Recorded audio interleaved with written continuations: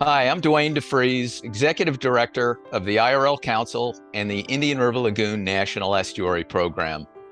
Welcome to our One Lagoon, One Voice podcast. Each week, myself or one of my staff members will host leaders in the community, scientists along the lagoon, people who know a lot about the system to talk about some of the problems and, most importantly, some of the solutions to solve the Indian River Lagoon's health and make sure it's great for future generations. If you enjoy hearing us talk story about the lagoon, like and subscribe to this podcast, and be sure to follow us at One Lagoon on Facebook, Twitter, Instagram, and TikTok. So let's get the show started and let's talk a little lagoon. All right. Hello, everybody. Welcome to One Lagoon, One Voice. I'm Kathy Hill, Deputy Director of the Indian River Lagoon National Estuary Program. If you are up to speed on seagrass in the lagoon, you know that it's a hot topic right now, that we've had about a decade of seagrass losses and starving manatees and all kinds of issues that have resulted from losing seagrass in the lagoon. So we want to make sure that everybody has sort of a handle on what's been going on, why did we lose our seagrasses, are they coming back, can we get them back, can we plant them back? So we've invited our two experts on this today, the folks that I call when I have questions about seagrasses in the lagoon. So I'm going to introduce you to Lori Morris and Lauren Hall from St. Johns River Water Management District. Welcome, ladies. Thanks, Kathy. Thanks. My name is Lori Morris. I'm an environmental scientist with the Estuaries program here at the St. Johns River Water Management. And I have actually been working pretty specifically in the Indian River Lagoon for the past 30 years. And a lot of times I tell everybody that I've crawled across the bottom of most of the Indian River Lagoon for these past 30 years. So I'm pretty intimate with a lot of what's going on out there. I've been able to see a lot of the really good parts of the lagoon and how beautiful and gorgeous it was. Unfortunately, I've been able to witness a lot of the declines, but also have been very encouraged about what the renewing of it is going on right now. And I'm Lauren Hall. I'm also an environmental scientist working for the St. Johns River Water Management District. I've been there for the past 26 years, and I work out of our Palm Bay satellite office. Like Lori, I'm with the Estuaries program in the Bureau of Water Resources, and I focus heavily as well on seagrasses, macroalgae, and also phytoplankton in the IRL. So I'm usually the one that's crawling alongside Lori in the lagoon. Well, neat. So yeah, I know that you guys know all about seagrasses in the lagoon, and let's just orient folks and give them a little bit about why do you do what you do, and why are seagrasses so important? I mean, why does the district pay all this money to kind of keep an eye on seagrass? Yeah, sure. Well, so first off, seagrasses are flowering plants. They've actually are flowering plants that have adapted to grow in an underwater marine environment. They're very productive. They provide habitat and protection from predators for fish and all sorts of small invertebrates. They're also really important in cycling nutrients like nitrogen, phosphorus, those types of things. They can provide food directly for herbivores, so things like our beloved manatees, our sea turtles, lots of different types of fish. But they're also a great source of detritus. So when the plant dies, or if there are leaves that slough off in the fall, just natural sloughing of leaves, those can be broken down by different microbes. And they're also a really great sediment stabilizer. So seagrasses have these specialized roots called rhizomes, and they're able to hold the sediment in place. And then that can prevent erosion and resuspension of sediments. So they're a really important part of the IRL. They provide so many of what we would call ecosystem services. And we're a bit special here in the IRL because we actually have a pretty high diversity of seagrasses. We have 7 different species in our lagoon. And is that a lot for the folks listening in? It is. It's more than other estuaries in North America. So we're pretty unique here because we're right on that temperate to subtropical divide. And so that gives us the ability to have a lot more diversity here in the lagoon. Yeah, and if you'll let me build on that a little bit, I always like to think of the seagrasses as our foundation species, the ones that are the basis for our food webs. And like Lauren said about all the different animals and everyone who lives, are part of the seagrass system, really every animal that lives out there has a part of their life cycle that has aspects to the seagrass beds. And so it's interesting how these beds have been such a part of this basic foundation of the whole lagoon. And they're there as like a buffering system. They're able to keep things stable. And when things are good, things get to stay good for a really long time because the seagrass bed's out there. So tell us about the district's monitoring program, just to let people know, how do you know when seagrass is good? How do you know when it's not so good? At the Water Management District, we've been monitoring seagrasses at 2 different scales. So we have our large scale seagrass mapping project, and then we also have our finer scale transect monitoring project. For the seagrass mapping side of things, every 2 to 3 years since the 1980s, we've been producing these lagoon-wide seagrass maps. And we do that from photo interpreting our aerial photography. And those maps will provide that big picture, that overall picture of how much seagrass do we have in the lagoon. And then that can then help us figure out, well, what areas are really healthy that maybe we need to work hard to protect. And then on the other hand, what areas maybe are not doing so well? Where do we have some problem areas that maybe we need to investigate a little bit further, or maybe make a little bit more effort for restoration? So with things like these seagrass maps, we're actually currently using the seagrass maps that we've done over the last 26 years to help focus those restoration efforts, areas that really need a little bit of help. And so we want to know, where have the grass beds been most persistent or long lasting, and then use those maps as a tool to help guide us on where we may have some more potential for success, especially within certain depth zones and all those areas that we know seagrass have been really successful in the past. Sure. Laura, do you want to add anything? Well, of course, on the finer scale is the project that's been kind of my baby over these past 30 years, are our fixed transects that we monitor. And so we put those in back in 1994 because we didn't know what was happening inside the beds. We had this mapping program that gave us the big picture and it gave us the footprint of the beds. But with these 7 species and knowing what's going on and how dynamic these beds can be, we wanted to look at them at a finer scale and watch the changes that were happening within the bed. And so originally in 1994, we set up 73 sites, and currently we now have 102. We actually added 5 more just this year. And we've got these wonderful partners that have been helping us monitor those. So we have a group at Marine Discovery, we have the biological scientists at NASA, we have FDEP, FWC helps some sites, the South Florida Water Management, of course, and then our new partners are Sea Grant, IFAS, and Florida Oceanographic. We like to do everything non-destructively. So when we monitor, we're looking at percent cover and percent occurrences, and we have a lot of visual estimates. And that allows us to follow these changes over time, which we've been able to notice because you have this footprint of the seagrass beds. When we had our biggest footprint, we had a lot of seagrass within that footprint.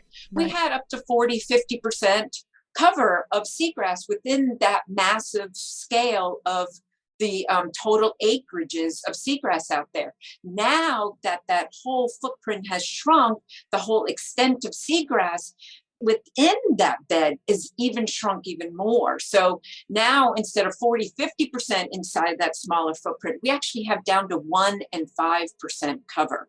So the whole idea of this functioning bed as all the ecosystem services that we mentioned earlier, they're not necessarily being provided as well in some of these really sparse beds. So those are some of the things that we've been able to follow over the years, which to me is just fascinating. I don't know, to watch all the changes. And also going from the maps to the seagrass transects on a map on that broad scale with aerial photography, you can't pick up things like species or how much macroalgae, real percent covers, how much macroalgae is there? Are the blades covered in epiphytes? The type of algae that will grow on a seagrass blade. So if you can't see those fine scale things from the maps, it's really important to get in the water. And that's, Lori and I saying earlier that we crawled along the lagoon. That's doing those transects and really seeing those fine scale changes. Do we have species shifts happening? What's really going on at a fine scale? Those kinds of things are really important. And just for the folks who may not know, when you say the word transect, what does that mean? So sometimes you'll see rows of PVC poles coming out from shore, and a lot of those are some of our spots. But basically what we do is we work our way from the shore out to the deep edge of where the transect is. And that deep edge typically maps that edge of what is seen from the aerial photos. So we have a really good fit between what we're measuring on the ground in the water along that line as far as extent of the bed is also closely matching with what we're finding from our maps. But then along that measured line from shore is where we put a 1 meter quadrat down that's broken into 100 squares. And that's what we put down at measured distances along there. And we get our percent cover and all of our visual estimates, canopy height, shoot counts, and of every species we find out there. Great, thanks. So I want to kind of step back in time and talk about when the lagoon sort of turned for the worst. And I can remember, Lauren, you being in my cubicle at the district all that time ago when we sort of were first discovering how bad seagrass actually had gotten. And we were checking your math to make sure that you hadn't done something crazy. And you said to me, check my math, this can't be right. But it was right. It was spot on. Tell us about sort of what all went on during the years in 2010 and 2011 when the lagoon went bad. Yeah, I remember that very well. That was a really sad time for the lagoon. Very we sad. were seeing some really dramatic changes, but really the declines in seagrasses in the lagoon began even earlier than 2010, in part due to some of the population increases that we saw in the 60s and 70s even. With those population increases comes other changes that can bring in additional nutrients. And the complicated part with seagrass systems is they tend to not gradually decline, just see this, gradual, slow decline. They tend to cope with stress. So when you have something like increased nutrients that are creating these stresses for the seagrass beds, they'll cope and cope and cope until they can't cope any longer. And then that decline can happen rather rapidly, which is what we've been seeing in more recent years and what we were seeing then when I showed up in your cubicle that day. Right. But I think some of the things we have to remember is some of the other events that happened around that 2010 period. And sometimes we refer to it as the unfortunate perfect storm, to not use that cliche too much. But it really was, we had these decades of nutrients, of things being put in that maybe we weren't quite as aware of, that they were really happening as a bad thing. The system seemed to be buffering itself and being able to hold up. But what happened in 2010 is we had these climatic changes, or just events, weather events. So we started off with that cold. We had our first really cold period in a long time. And with that cold, we wound up getting a very large fish kill. And so it kind of set off a chain of events where you had this internal nutrients now of things starting to die back. And following that, then we had some very warm periods, very hot summers. And so, cold and hot, and we started getting these large fluctuations.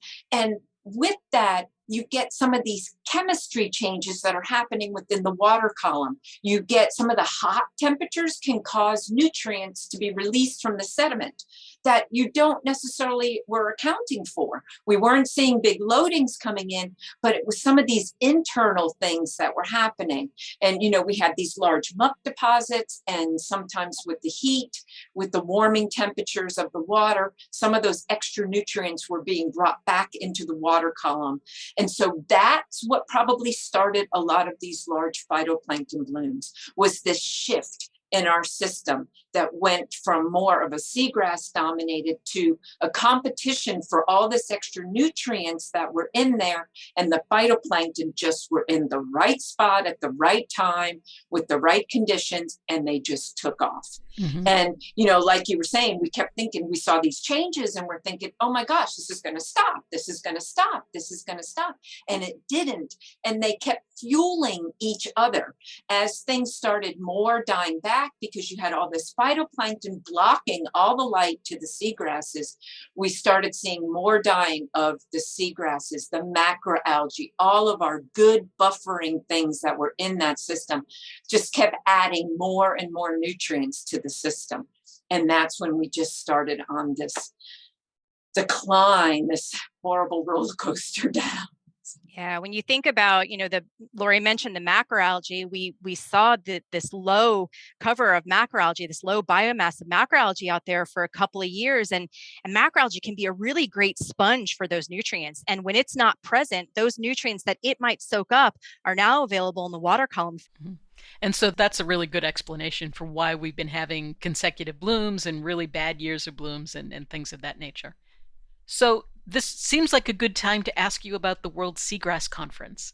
I know you guys just got back from a trip and learned a bunch out at this once every 5-year conference. Tell us about that.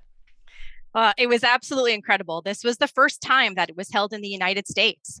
There were over 250 seagrass scientists from around the world sharing all of their experiences. We had 3 different plenaries, 14 different presentation sessions, poster sessions, 14 different workshops. It covered every topic that you can imagine. But the best part is it was all on seagrasses. It's like going to a conference that is every single talk that you're listening to is applicable to the work that we're doing here. Yeah. It was tough. Lauren and I tried to split up as much as we could to make sure that we could absorb all the information being presented to us. One of the striking things to me, I had originally come down from Chesapeake Bay. I had done my graduate work up there. And so, of course, I wanted to sit in on their sessions because they have been able to see some recovery of their beds there. And the one striking thing for all the work in Chesapeake Bay is they set a main goal and they stuck to it, and they had everybody working towards these main goals, and they just kept working away, and they put themselves on this so-called nutrient diet.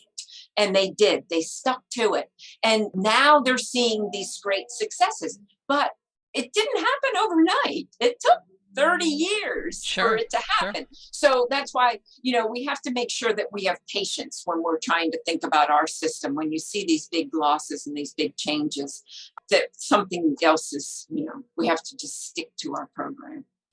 So Kathy, for me, I think another important take home was how different some of these systems are.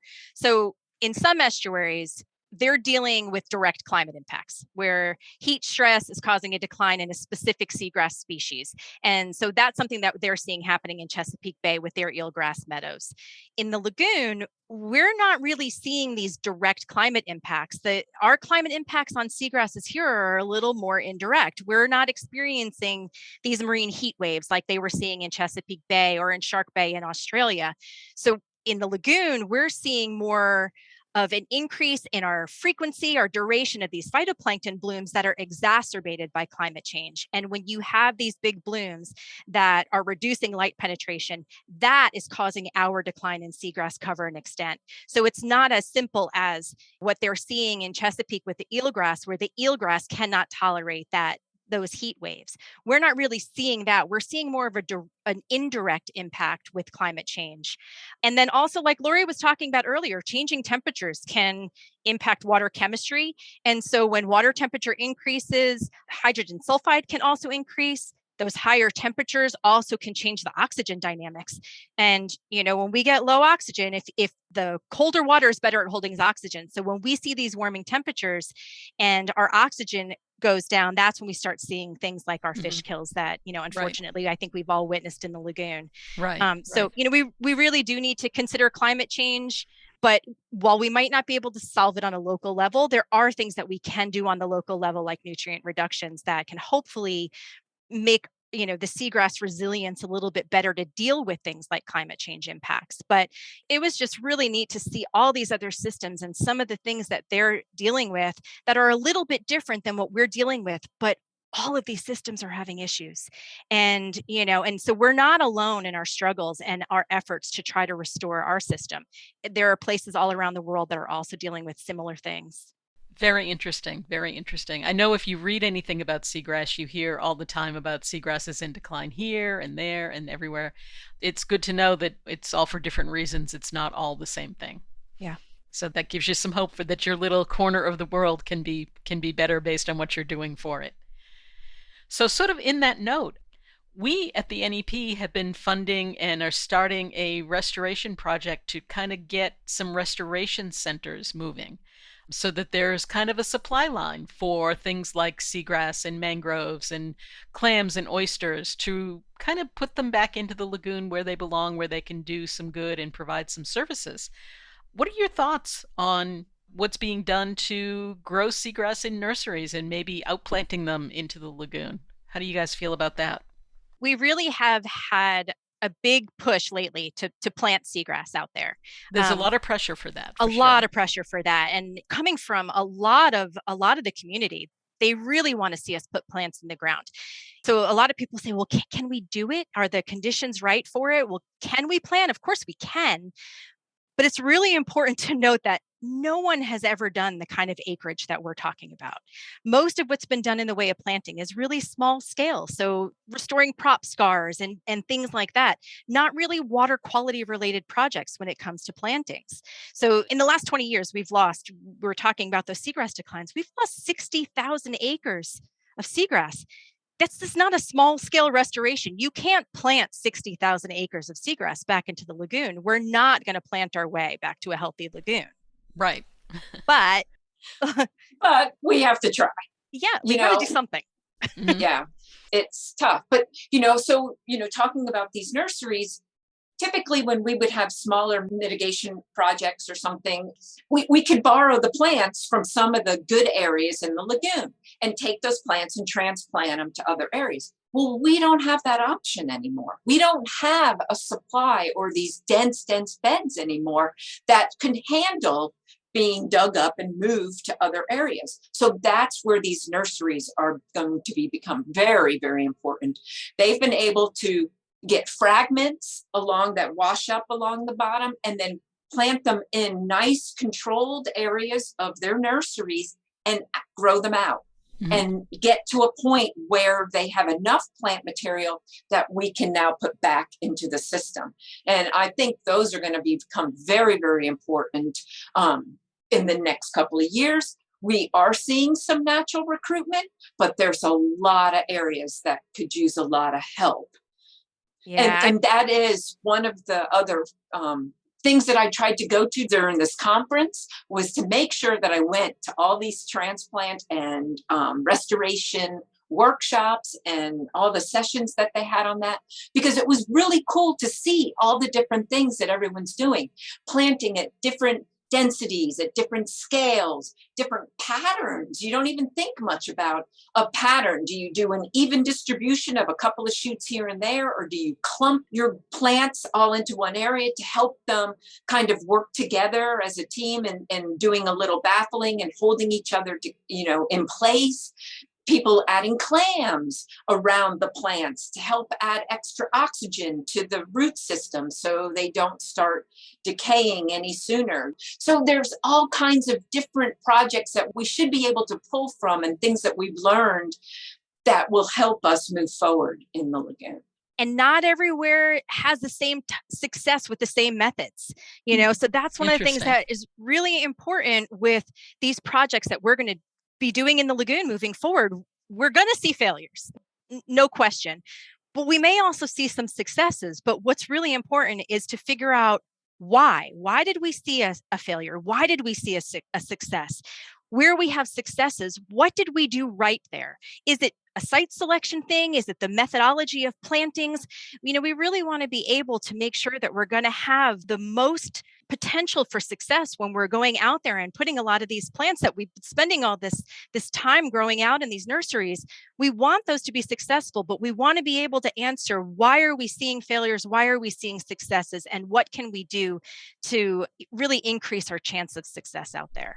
Right. And what lots of people don't realize or don't buy into sometimes is that failure is okay as long as you learn what you need to know from it. And then you do better next time. I mean, I'm really hopeful about the future of seagrass in the lagoon. It seems grim out there sometimes, but Lori and I this summer, we were really excited to see some of the recovery in some of the areas that we really didn't anticipate seeing recovery in. So why were we seeing that? I mean, a lot of your local listeners, they probably have seen that through the spring and the summer, the water was really, really clear. Why? Is it because we had less rain? Is it because of all these nutrient reduction projects that we have going on? It's probably a lot of both. A lot of the different projects that we have going on that we're really starting to see some response now. Gosh, there were some areas where we saw quite a bit of growth, and it was really nice to see.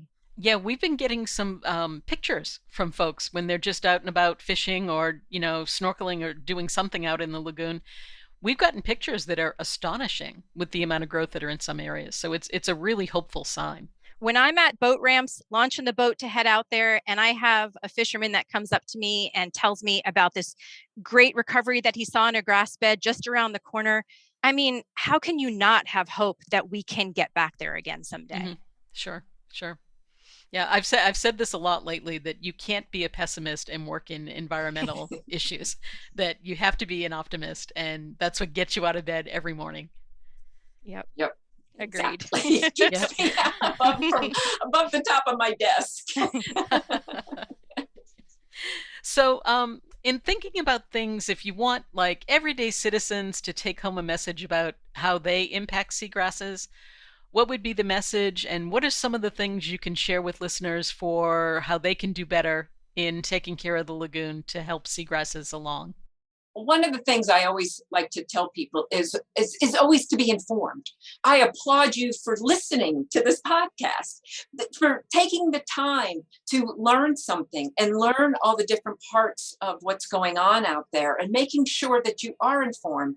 And the more informed you are, the more aware you are. And by being aware, you realize maybe I really shouldn't do this, or maybe I should do that, that it does impact. Every little thing does have an impact. Everyone thinks, oh, well, my recycling's not going to matter. It does. If we all had that attitude, then we'd be nowhere. So everybody thinking about the fertilizers on the lawn. I know nobody wants to have things taken away, and your lawn, it will be okay. We do have enough rain. We do have enough things that'll keep our lawns green.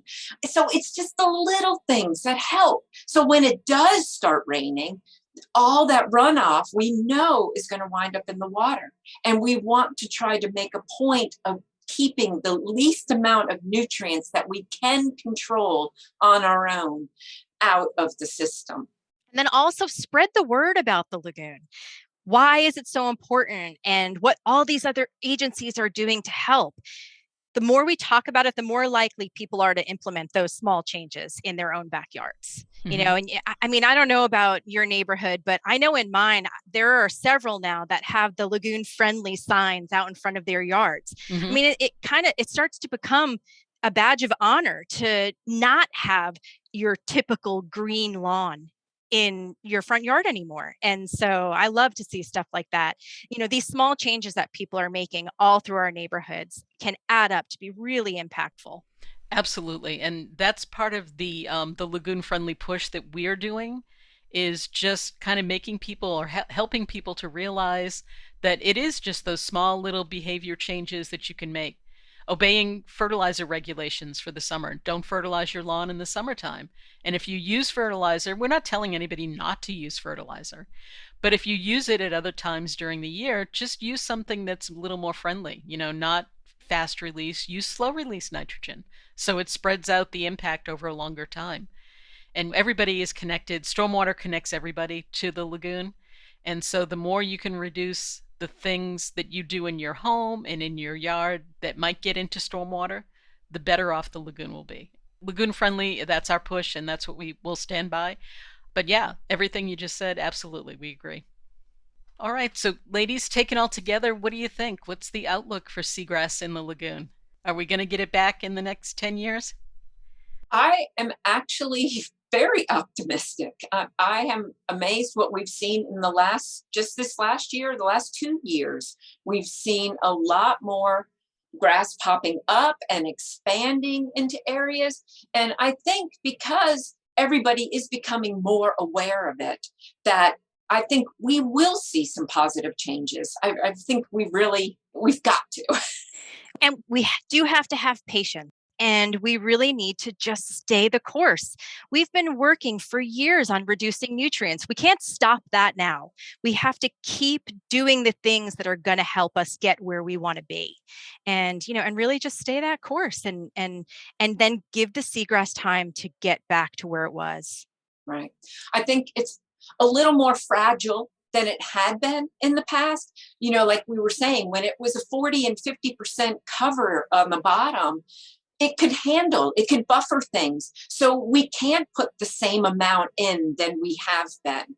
And so we have to reduce what we're putting in for this new growth to have a chance to expand itself. Mm-hmm. And so we do have to be very vigilant on what's going in and think about it really closely, because the poor little pieces of grasses that are holding on for dear life, I always take their picture when I'm out there, but they're holding on and we want to keep them to stay there. And so, we really want to give them every chance they have to be able to expand.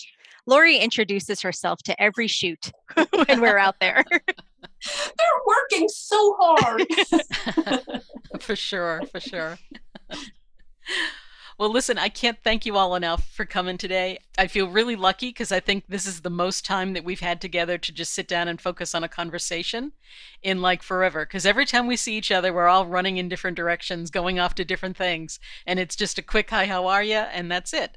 So thanks for coming today. Thank you for telling us all about seagrass and sharing your thoughts with us. Is there anything you want to share about how people can learn more about what the district's up to and what you guys do on a daily basis or a monthly basis? Thank you so much, Kathy and Dwayne and everyone at NEP, not just for having us today, but also for all the work that you do to help the lagoon system. You can find out more information about what we're doing at the district on our website, sjrwmd.com, or you can follow the district on our Instagram, Facebook, or Twitter. And then for any folks that want to read a little bit more about the great science that's happening in the lagoon, we actually have a special issue on the lagoon in Frontiers and Marine Sciences. So you can check for that issue on our website, or feel free to email Lori or I. We would love to share it with you. Thank you. This has been a lot of fun. And I'd like to thank our listeners out there today. So thanks for listening to the podcast. If you enjoy these discussions, please follow us and subscribe to the podcast. To learn more about the IRL NEP and the work that we do, you can get involved on tips and living lagoon friendly. There's lots of information on our website at onelagoon.org. We also have a store, so if you're interested in helping out monetarily to putting some money into projects into the lagoon, you can buy our t-shirts and our gear. That also is on our website, onelagoon.org. And then follow us on social media, stay informed about our events and upcoming talks and things of that nature. You can follow us on Facebook, on Twitter, on Instagram, and TikTok, all at One Lagoon. Thanks for listening.